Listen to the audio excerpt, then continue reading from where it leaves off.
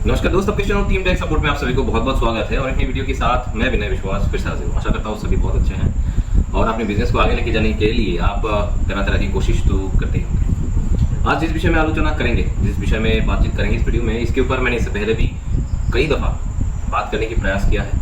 आप इस प्रयास करने का कारण निजी बिजनेस हो, निजी बिजनेस को आगे लेके जाना हो, या फिर आप ऐसे समझे कि मैं भी अपने बिजनेस को आगे लेके जाना चाहता हूँ और साथ ही साथ मैं चाहता हूँ आप सब भी मेरे साथ हैं। बात है कि अकेला हम कोई आगे नहीं जा सकते हैं, क्योंकि जाएंगे भी तो कहने के लिए कुछ रहेगा नहीं और बात को रखने के लिए कोई साथ नहीं रहेगा। तो सभी एक साथ चलेंगे तो मुझे लगता है ये बहुत बेहतर होगा और आगे हम सब मिलकर बेहतर कुछ कर सकते हैं। आज की विषय फिर से वही जनरल इंश्योरेंस है। एक्चुअली काफ़ी लोगों ने मुझे कमेंट भी किया है क्या लाइफ वाला प्रोडक्ट अच्छा नहीं है। बात ऐसा है कि जिस फील्ड में हम लोग निकले हैं, काम कर रहे हैं सब मिलके, वहाँ पे लाइफ का जो पार्ट है वो थोड़ा अलग है।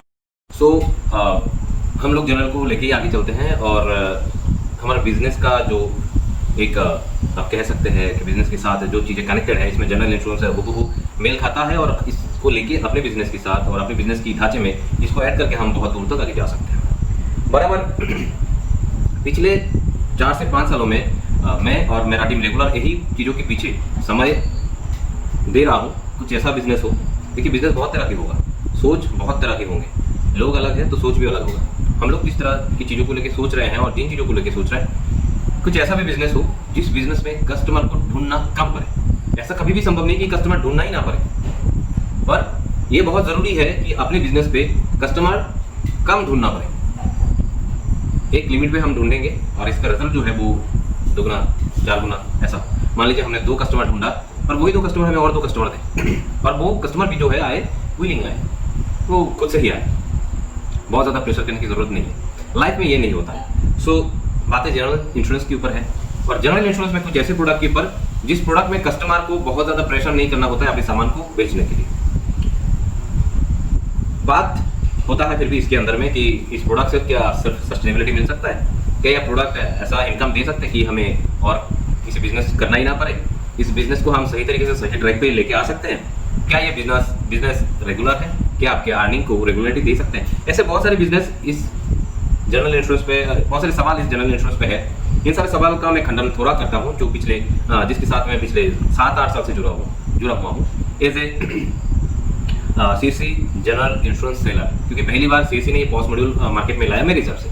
बाकी बहुत मतलब गहराई तक मुझे पता नहीं। मैंने जो देखा कॉमन सर्विस सेंटर CSCSP जो सर्विस स्पेशल व्हीकल है, वहीं से सबसे पहले ये पॉस्ट मॉड्यूल मेरे नज़रिया में लॉन्च किया गया है जिनकी तरफ से, और सबको रूरल ऑथराइज पर्सन बनाया गया है और हमने भी काम शुरू किया है। और तब से ही मेरा जनरल इंश्योरेंस का जर्नी शुरू होता है और इसकी आधार पे, इसके ऊपर बेस होकर मैं आप लोगों की जो छोटे छोटे सवाल है और जिन चीज़ों के आप सभी का डाउट है उस चीज़ों को मैं थोड़ा क्लियर करना चाहता हूँ। उस समय देश में उतने सारे इंश्योरेंस ब्रोकर्स एजेंसी नहीं हुआ करता था, बहुत कम था, होगा भी तो उतने प्रचार प्रसार में नहीं था। और जो कंपनियां आज की डेट में प्रचार प्रसार में है, मुझे नहीं लगता उस समय वो लोग इतना एक्टिव थे या फिर उनकी लाइसेंस इंश्योरेंस ब्रोकर की तरह था। इसमें सबसे पहले सवाल आते हैं कि इस बिजनेस को हम कैसे आगे लेके जा सकते हैं। हमने सोचा कि हम जनरल इंश्योरेंस का बिजनेस करेंगे, तो इसको पहले ऐसे कैसे सोचें कि ये बिजनेस जो है कस्टमर के पास, मतलब कस्टमर को बहुत ज़्यादा प्रेशर नहीं करना होगा। जनरल इंश्योरेंस में 2-3 चीज़ें हैं, 2-3 चीज़ें हैं इसमें। 2 चीज़ों को लेके हम बात करते हैं। क्या वो हो गया है मोटर को आप पकड़ लीजिए। सबसे पहले मैं चलिए दोनों को भी हटा देता हूँ, एक ही चीज़ रखता हूँ। मैं मोटर को लेके अगर प्लान करता हूँ, मोटर को लेके अगर सोचता हूँ, तो ये बिजनेस जो है आपको सबसे पहले आप अपने बिजनेस से एज ए पायलट रन करा सकते हैं। आपकी जो भी बिजनेस हो, आप इस समय आप वीडियो सुन रहे हैं तो नो डाउट आप डिजिटल दुकानदार हैं। मेरे हिसाब से 99.99% ऐसे लोग होंगे, बहुत कम संख्यक लोग इस तरह की वीडियोस को देखते हैं, सुनते हैं, क्योंकि मैं जानता हूँ इसमें बहुत सारा इंटरेस्टिंग चीज कुछ नहीं है कि लोग घंटे भर इस चीज़ों को सुने। तो आप इस वीडियो को इस समय देख रहे तो 100% नहीं कहूँगा, 99.99% की आप फिनटेक के साथ जुड़े हुए हैं और आप एक डिजिटल सेलर है, आप एक डिजिटल दुकानदार है। इनमें से कुछ तो आप होंगे।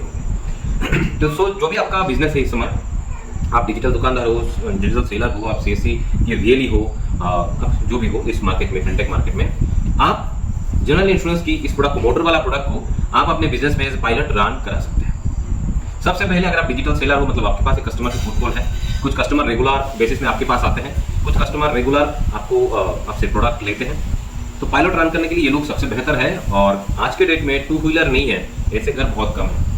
जिस घर में 1-2 लड़के होंगे, जिस घर में मतलब जो फैमिली को मेंटेन करता होगा, अगर वो एक मतलब चलता फिरता इंसान है तो उनके पास एक टू व्हीलर होंगे, चाहे वो स्कूटी हो चाहे वो बाइक हो।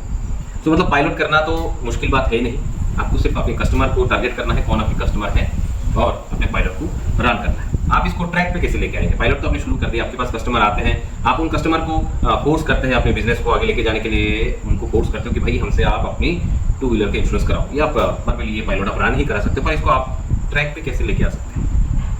देखिए, इस बिजनेस को ट्रैक पे लेके आना भी उतना ही ईजी है जितना ईजी अपने पायलट शुरू किया है।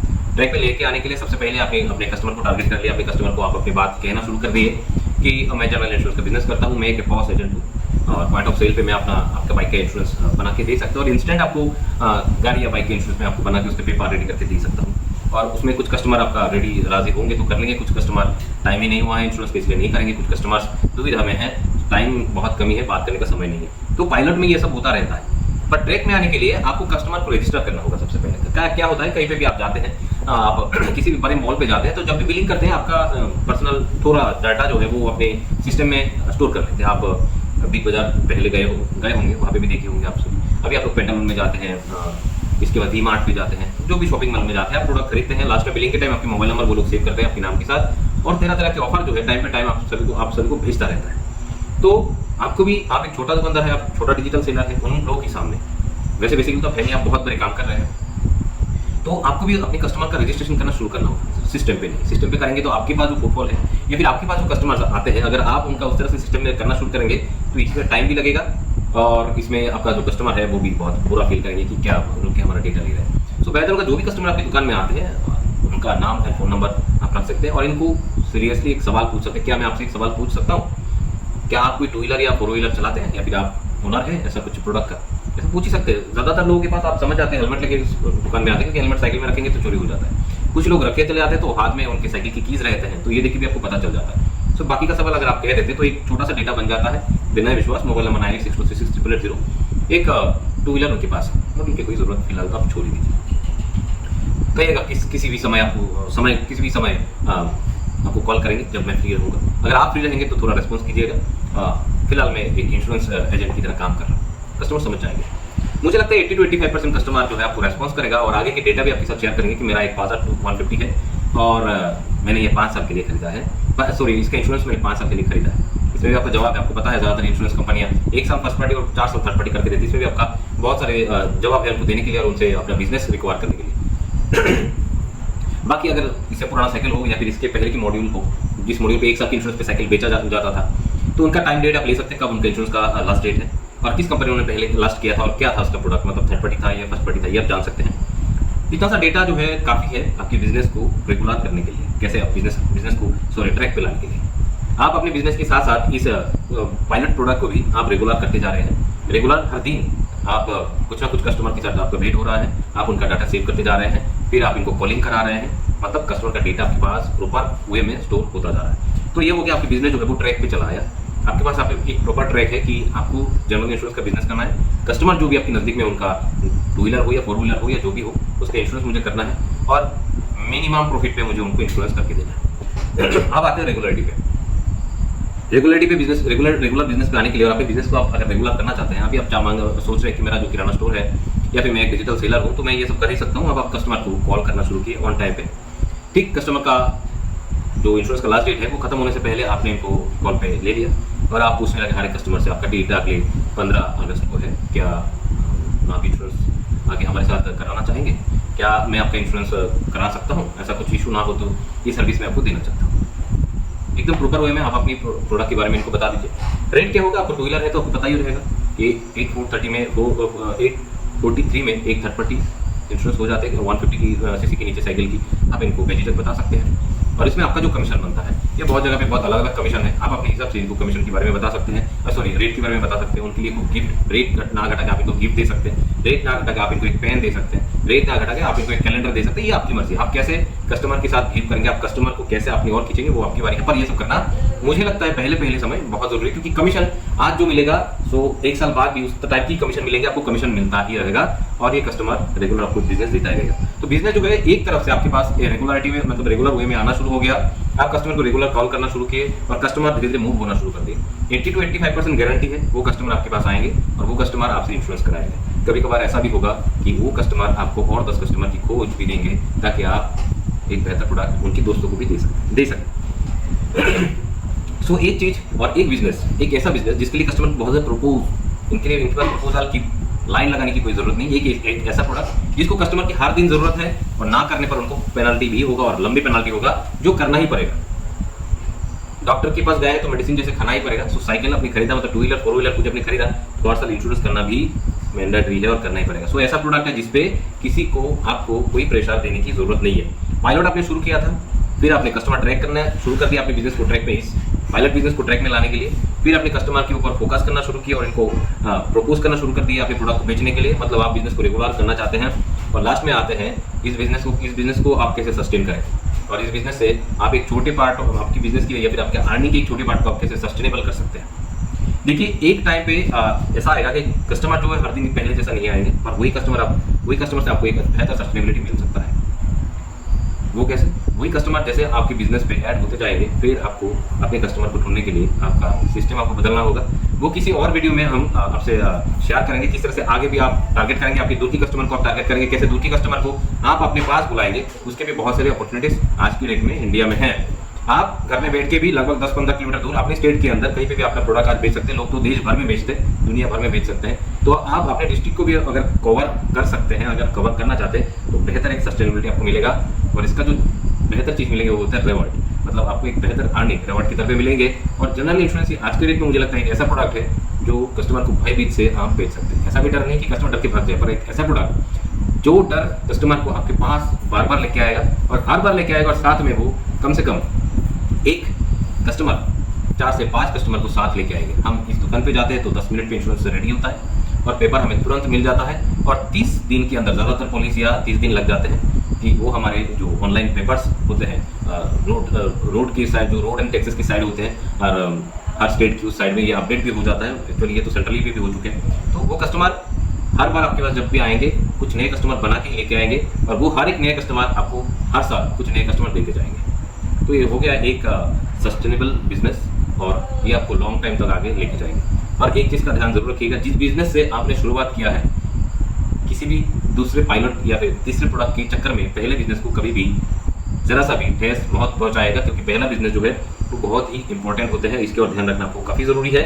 और वैसे जनरल इंश्योरेंस एक बहुत अच्छा प्रोडक्ट है अपने बिजनेस और अपनी अर्निंग और अपने रिवॉर्ड को सस्टेनेबल करने के लिए।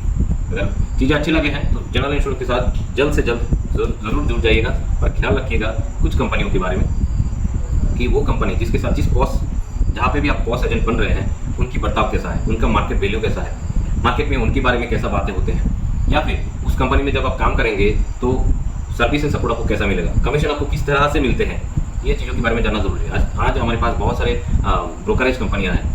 सर्वगुण संपन्न तो कोई भी नहीं, पर ज़्यादातर कंपनी 50% भी सर्वगुण संपन्न नहीं है। 50% मतलब बहुत सारे इंश्योरेंस कंपनी के पास ऐसे बहुत सारे इंश्योरेंस ब्रोकरेज कंपनी के पास ऐसे बहुत सारे इंश्योरेंस कंपनी है जो बहुत सभी प्रोडक्ट इस कंपनी के साथ शेयर नहीं करता है। इन चीज़ों का ध्यान रखना बहुत ज़रूरी है। आपने किसी का कंपनी का बॉस बन गए, फिर आप वहाँ पे लॉरी का इंश्योरेंस नहीं करा सकते, आप वहाँ पे कमर्शियल व्हीकल वो मॉडल का नहीं करा सकते। ये जो इशूज आते हैं इसका ध्यान रखना बहुत ज़रूरी है। अगर आप इसके बारे में मुझे पूछना चाहेंगे तो इस समय हम लोग जहाँ काम कर रहे हैं उसका नाम पॉलिसी बाजार है और काफ़ी समय से इंश्योरेंस के ऊपर ये कंपनी काम करता है। और इस समय 2022 से ये लोग प्रोएक्टिव हुआ है। ये लोग बॉस एजेंट भी देता है और बॉस एजेंट इंश्योरेंस बना के बेच सकता है। और लगभग देश की ज़्यादातर इंश्योरेंस कंपनियां इस कंपनी के साथ, इस ब्रोकरेज हाउस के साथ जुड़े हुए हैं, सरकारी और प्राइवेट। सो आप अगर जुड़ना चाहते हैं, अगर आपके पास और भी अच्छी कंपनियां हैं और भी बेहतर कंपनियां हैं, आप सोच समझ के देखिए कि वो कंपनी आपको बेहतर सर्विस देता है तो आप वहाँ जुड़ सकते हैं। अगर आप सोचते हैं कि नहीं हम टीम टेक सपोर्ट के साथ जुड़ना चाहते हैं तो आप इस समय पॉलिसी बाजार के साथ जुड़ सकते हैं हमारे द्वारा और एक बेहतर अर्निंग भी कर सकते हैं। इस वीडियो के नीचे एक लिंक भी हम लोग शेयर करेंगे किस तरह से आप अपनी कमीशन को चेक करेंगे। वो जो पहले एजेंट बन चुके हैं उनके लिए है और आप हर महीने अपनी कमीशन स्ट्रक्चर्स को वहाँ जाके देख सकते हैं। अगर आप पॉलिसी बाजार के साथ जुड़ना चाहते हैं, अगर आप पॉलिसी बाजार के एजेंट बन के टीम टेक सपोर्ट के साथ जुड़ के काम करना चाहते हैं तो इस वीडियो की डिस्क्रिप्शन बॉक्स में इसके लिए भी लिंक दिया हुआ है। सो वीडियो के कमेंट बॉक्स में बताइएगा कि ये वीडियो कैसा जानकारी के साथ था, ये जानकारी आपको अच्छा लगा कि नहीं, ये शेयर करना मत भूलिएगा क्योंकि आप सभी की कमेंट बहुत चीज़ें हमें सिखाता है। आशा करता हूँ ये वीडियो आपको अच्छा लगेगा और अब तक मुझे सुनने के लिए और वीडियो को अंत तक देखने के लिए बहुत बहुत धन्यवाद। जय हिंद, जय भारत।